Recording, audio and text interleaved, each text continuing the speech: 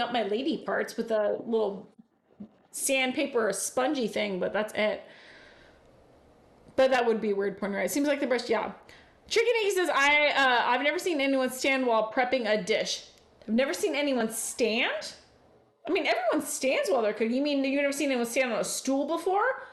Maybe you've never seen anyone 5'2" with a counter this tall. I'm fucking short, y'all. And so I do the best that I can. How long does it take to ferment? Pancakes. So depends on how you like your kimchi. So what I do is I will leave it at room temperature for like 24 hours, and then I'll put it in the fridge. I think kimchi tastes the best in the first couple days. I like fresh kimchi. I like it when it's still got a crunch to it. I still like it when it's really salty. That's like one of my favorite styles. So from like the first week or two is my favorite way to eat kimchi. After like a month or two, it gets more sour, and then that's when you can start cooking with it. And then when it starts to change colors, that's when you really gotta cook with it. So it just depends. If you have a kimchi fridge and you're a fancy ass motherfucker, then I don't know, probably lasts even longer. But my kimchi never lasts that long, because when I make even that big of a batch, I will share that with a lot of people. So my actual jar of kimchi is, pardon the handcuffs, is only this big. So it's like 32 ounces is my usual jar of kimchi for myself. I will go through that easily in 2 weeks by myself. I usually make kimchi once a month. And then I'll make a big batch and I'll share it with my friends. But kimchi can last in the fridge for a fuck long time. We're talking like 6 months to a year. I think you can let kimchi go. But I don't know. At that point, you really should be making jjigae or 볶음밥 with it. Jjigae being stew, 볶음밥 being fried rice. I would not eat straight kimchi if it's been sitting in the fridge for... It's still good to eat. It's just so fucking sour at that point. And the trick, if you're making kimchi jjigae or whatever, even kimchi 볶음밥, the fried rice, and the kimchi is like really sour, the trick is to add a little bit of sugar to balance out the sourness of the kimchi. And it pro tips. And sesame oil too. Did she set a timer? Yeah, fucking set a timer. I got like 3 timers, y'all. Nothing wrong with that, but she had a sip of a beverage and I was impressed. Wait, what? Short girl problems. Oh yeah. Oh yeah. There are very few things I'm good at. Standing on stools, drinking bourbon, and cooking while intoxicated. That's all pro Kathy things. Also, Chef is looking for recipe ideas using Napa cabbage.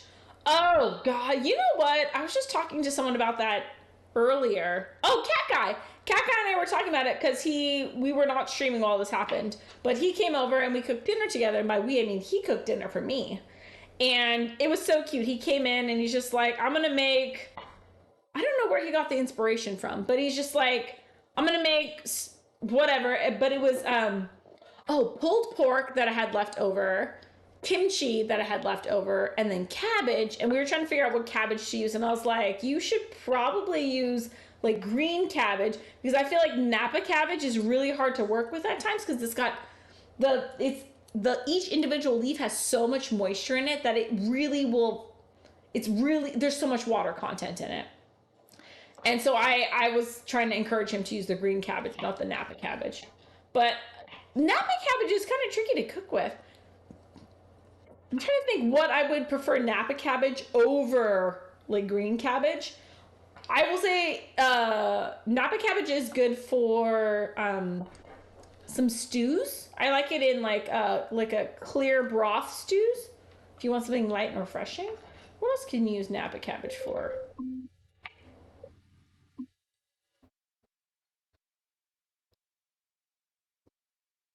It just says your timer is done. Computer off. This is my cuff timer? This is my cuff timer. All right. Thank you for that, Cabeza. Well, that's interesting. We're over 600 days of streaming, right? It's been over 600 days of streaming. The keys aren't there. Where are the handcuff keys? I think they're in my office. If they're not in the office, then they're. It's okay. We got a backup here. Where are the handcuff keys?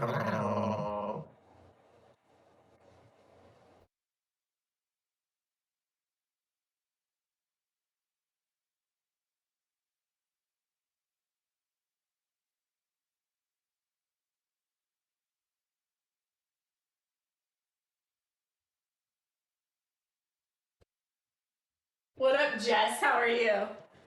What did Jess say? Oh my god! So it was the cuff timer. Okay. First of all, like I almost didn't see these. Not only they were in the office, but they were on like a furry shag rug. And for a second, I looked at my desk and I couldn't find them. I was like, they're not on the desk. Fuck. And then right as I was about to walk away, I saw them on the carpet on the floor, like camouflaged in with the shaggy carpet. It's okay. I have two other backup keys hidden away. Come on. I've been handcuffed before where there were no keys and the cops almost got called. So, and YouTube was used to pick the lock. So your girl learned her lesson. I always have handcuff keys. Always. Now, if only Lynn J would learn that lesson, then we'd all be good. Okay. But yeah, recipes for Napa cabbage. Ooh, that's hard.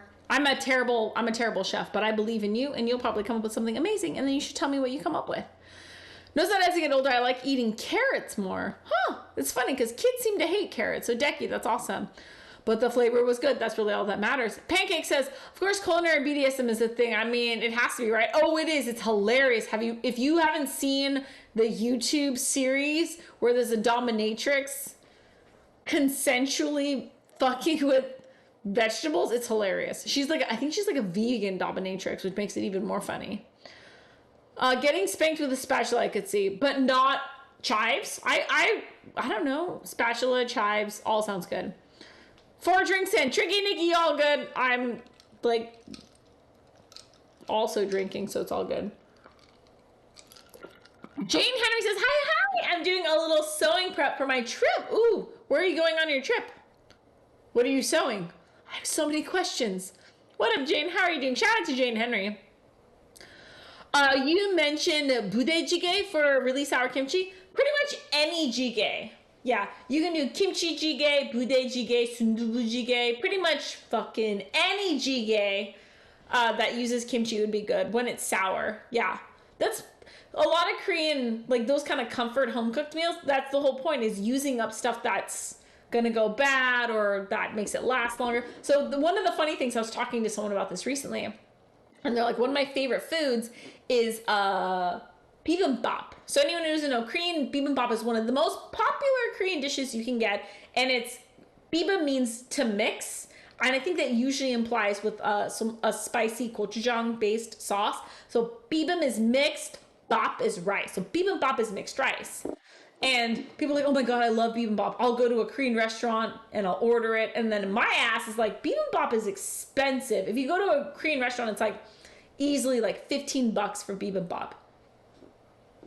You know what bibimbap is when your mama makes it? It is rice from earlier that morning that it's like the evening, it's been sitting out for hours.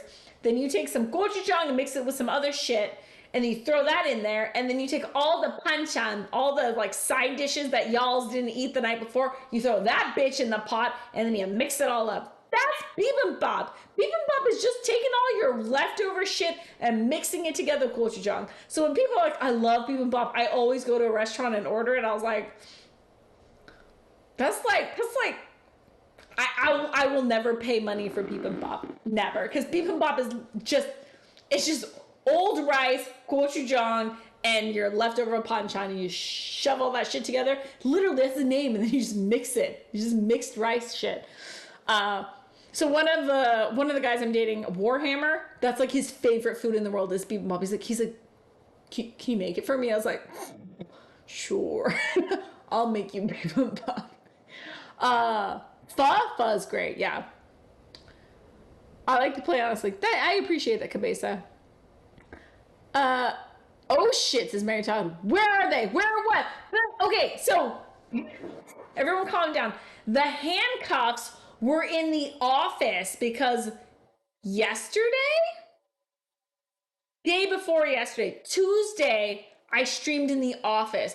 Warhammer was here for dinner. We had dinner together. He left at like 9:30. So I set up stream in my office at 10 o'clock because I didn't want to move everything to the kitchen because he had already gotten me a little tipsy. He made me like 2 or 3 rounds. So I was 3 rounds in and I was just like, nah, I'm not going to move everything to the kitchen. So I streamed from my office. So when I had a handcuff redemption, I'd come to the kitchen, grab the handcuffs, and then take them to my office.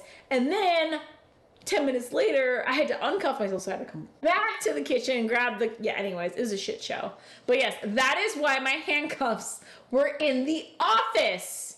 You pervs. In the bedroom, well, technically my office does have a bed in it, but no, chat cuffed me. Not anyone I was dating, chat cuffed me. That's why they were in that office. But I mean, if Warhammer wants to, we can have a conversation. What's up? But no, chat cuffed me, not him. I bet you left them in there. Last night I was at a girls' night, Jess. I was gone the whole night. I got back at midnight and passed the fuck out. Nobody cuffed me last night. I would not have objected if someone did. But no one cuffed me last night. It was just me and my girls.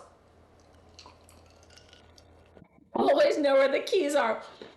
The keys have sat in that corner for fucking 2.5 years and I've never ever not had them there. That was the first time and it was because I streamed from my office.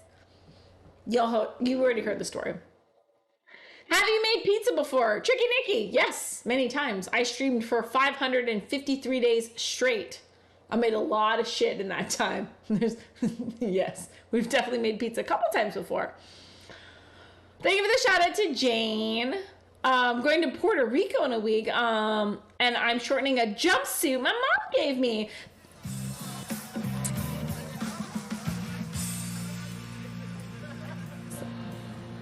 Daddy. Hi, Daddy.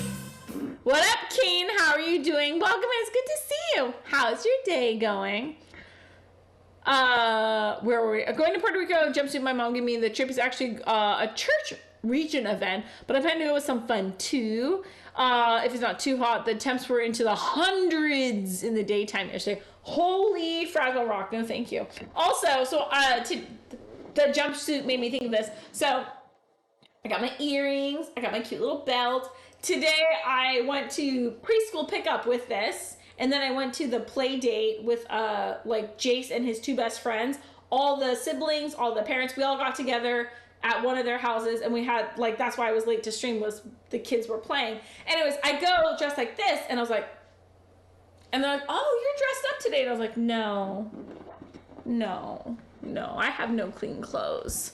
I forgot to put my clothes in the laundry. And this jumpsuit that I never wear with this belt, I had to wear this today because I had no clean clothes because I forgot to put my clothes in the dryer. So yeah, this is what I wore today. Purely because I suck at laundry. But yeah, that's my funny thing. Jumpsuit reminded me of that. Thanksgiving sandwiches was one of my favorite things. Fucking yeah. Good God, I would stab a bitch for a Thanksgiving sandwich. My Thanksgiving sandwich, oh man, I feel like I could seduce someone with my Thanksgiving. I fucking love my Thanksgiving sandwich. It's like the highlight of my year. I fucking love it. My trick is that I kind of water down the gravy and I turn it into like an au jus sort of thing. And then the cranberry sauce, fucking love that. Leftovers need to be smashed together properly. I agree, Cabeza. I agree. One of the best things about Thanksgiving is one of my favorite holidays of the year. And one of my favorite parts of Thanksgiving is the next day sandwich. I will like block out an hour to like masterfully prep it. Like I'll turn on cartoons, I'll give the kids fruit snacks and Capri Suns, bribe them with sugar and be like, here, go, be quiet. They do their jam, and then I will just take that time to zen out over a Thanksgiving sandwich. That's an interesting thought. I wonder which of any of the guys will still be around by Thanksgiving. Because you know whichever one is still around by the time Thanksgiving rolls. And I make them that Thanksgiving sandwich. I mean, if they haven't caught the feels by then, they will after they have had Kathy's Thanksgiving sandwich. Also, spatchcocking turkeys. How many turkeys are we going to make this year? There was that one year I made 10. Oh, damn, I got my days mixed up, says Jess. I meant the last stream you had in the office. Yeah. Last night was, girls' night out, which was really fun. Interesting things happened. You guys want to hear one of the fun? I won't say the funniest one because it's not appropriate for stream. But one of the funniest things that happened last night. So we were at a lounge club thing, right? And I, shit you not, a dude came up to me and he was cute. I very much was attracted to him. But he asked me what my favorite color was. And it was really hard to take him serious after that point. I'm not kidding. He asked me what my favorite color was. Wasn't his opening line. Like, he chatted with me a little bit before. But he definitely was like, he was very uncomfortable. He was very nervous. I think part of it had to do with the fact that my dress was very slutty. Might have been a little distracting. But he was chatting with me. He did his own. His name was Chris. He had a thick French accent. His parents were from the Caribbean, but he grew up in France. I'm going to call him Chris because I think that's what his name was, something like that. And yeah, he chatted. He was awkward. He was nervous. And then, I don't know, I would say the fifth question he asked me was what my favorite color was. I thought that shit was hilarious on dating apps. I didn't know that people did that IRL, but they do. They will ask you IRL at a club. What is your favorite color? I would like chat. I'm curious to know, what's your favorite color? What does that say about you? Have fun, Jane Henry. Please, yes, I hope you have fun. In Puerto Rico. I've never been to Puerto Rico. Tell me how it is. The food is going to be so good there.